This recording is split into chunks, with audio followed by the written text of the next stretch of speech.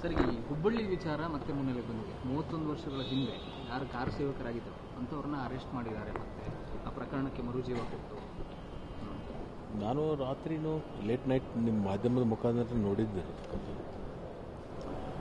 ಅದ್ರ ಬಗ್ಗೆ home ministry ಈಗಾಗಲೇ ಒಂದು ಪ್ರತಿಕ್ರಿಯೆನೂ ಕೊಟ್ಟಿದ್ದಾರೆ. ಕಾನೂನು ಚೌಕಟ್ಟದಲ್ಲಿ ಅವು ಇತ್ಯರ್ಥಗಳಾಗದೇ ಇರತಕ್ಕಂಥದ್ದಕ್ಕೆ ರಿವ್ಯೂ ಮಾಡ್ತಕ್ಕಂಥದ್ದು ಒಂದು ಪೊಲೀಸ್ ಇಲಾಖೆಯಿಂದ ಪದ್ಧತಿ ಇದೆ. ಆ ಪ್ರಕಾರ ಮಾಡಿರ್ತಕ್ಕಂಥದ್ದು ಕಾನೂನು ಚೌಕಟ್ಟಿನಲ್ಲೇ ನಡೀತಾ ಇದೆ. ಅದನ್ನು ಬಿಟ್ಟು ಹೊರತಾಗಿ ಏನು ಅದಕ್ಕೆ ರಾಜಕೀಯ ಬಣ್ಣ ಬೆಳೀತಕ್ಕಂಥದ್ದು ಏನು ಅವಶ್ಯಕತೆ ಇಲ್ಲ.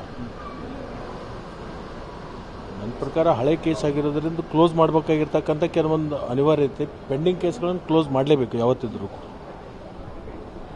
ಕ್ಲೋಸ್ ಮಾಡ್ತಕ್ಕಂಥ ಪ್ರಕ್ರಿಯೆ ಇರಬೇಕು. ಅದು ಬಟ್ ಈ ಸಂದರ್ಭ ಎಲ್ಲೋ ಒಂದು ಕಡೆ ಬಿಜೆಪಿಗೆ ಅಸ್ತ್ರ ಕೊಟ್ಟಂತಾಯ್ತು. ಯಾಕೆಂದರೆ ಅಯೋಧ್ಯೆ ನೋಡಿ, ಅವ್ರ ಪಾಪ ಅವರಿಗೆ ಕೆಲಸ ಏನಿಲ್ಲ. ಇಂಥದ್ದು ಯಾವುದಾದ್ರೆ ಸಣ್ಣ ಪುಟ್ಟು ಜನರಿಗೆ ಉಪಯೋಗ ಆಗದೇ ಇರತಕ್ಕಂಥದ್ದು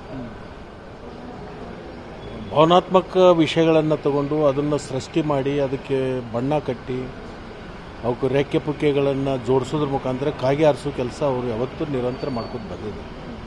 ಅದನ್ನು ಮಾಡಿದರೆ ಅದರಿಂದ ಏನು ಲಾಭ ಆಗಲ್ಲ. ಈಗ ನೋಡಿ, ಜನರಿಗೆ ಸಾಕಷ್ಟು ಸಮಸ್ಯೆಗಳು ಇವತ್ತು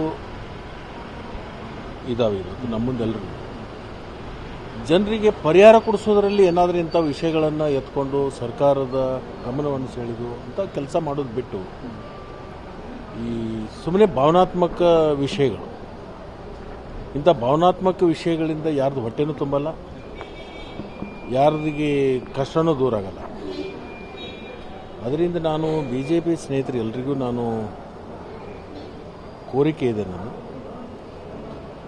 ಸಾರ್ವಜನಿಕರಿಗಿರ್ತಕ್ಕಂಥ ಅನೇಕ ಸಮಸ್ಯೆಗಳ ಬಗ್ಗೆ ಗಮನ ಹರಿಸಿ ವಿರೋಧ ಪಕ್ಷವಾಗಿ ಏನು ಕೆಲಸ ಮಾಡಬೇಕು ಜನಹಿತಕ್ಕಾಗಿ ಅಂತ ಕೆಲಸ ಮಾಡಿದ್ರೆ ಮುಂದೆ ಮತ್ತೆ ಅವ್ರಿಗೊಂದು 20 ವರ್ಷ ನಂತರ ಭವಿಷ್ಯ ಬರ್ಬೋದು ಅಂತ ನನ್ನದೊಂದು ನಿರೀಕ್ಷೆ. ಈಗ ಕ್ಲಿಯರ್ ಮಾಡೋ ಸನ್ನಿವೇಶದಲ್ಲಿ ಅರೆಸ್ಟ್ ಮಾಡುವಂಥ ಪರಿಸ್ಥಿತಿ ಇತ್ತ ಅನ್ನೋದು ಶುರುವಾಗಿದೆ. ಯಾಕಂದರೆ ನಾವು ಗಲಾಟೆ ಆದಾಗ 35 ಅದಕ್ಕೆ ಅಲ್ಲಲ್ಲ, ಅದ್ರ ಬಗ್ಗೆ ಅಧಿಕಾರಿಗಳು ಸ್ಪಷ್ಟೀಕರಣ ಕೊಡ್ತಾರೆ.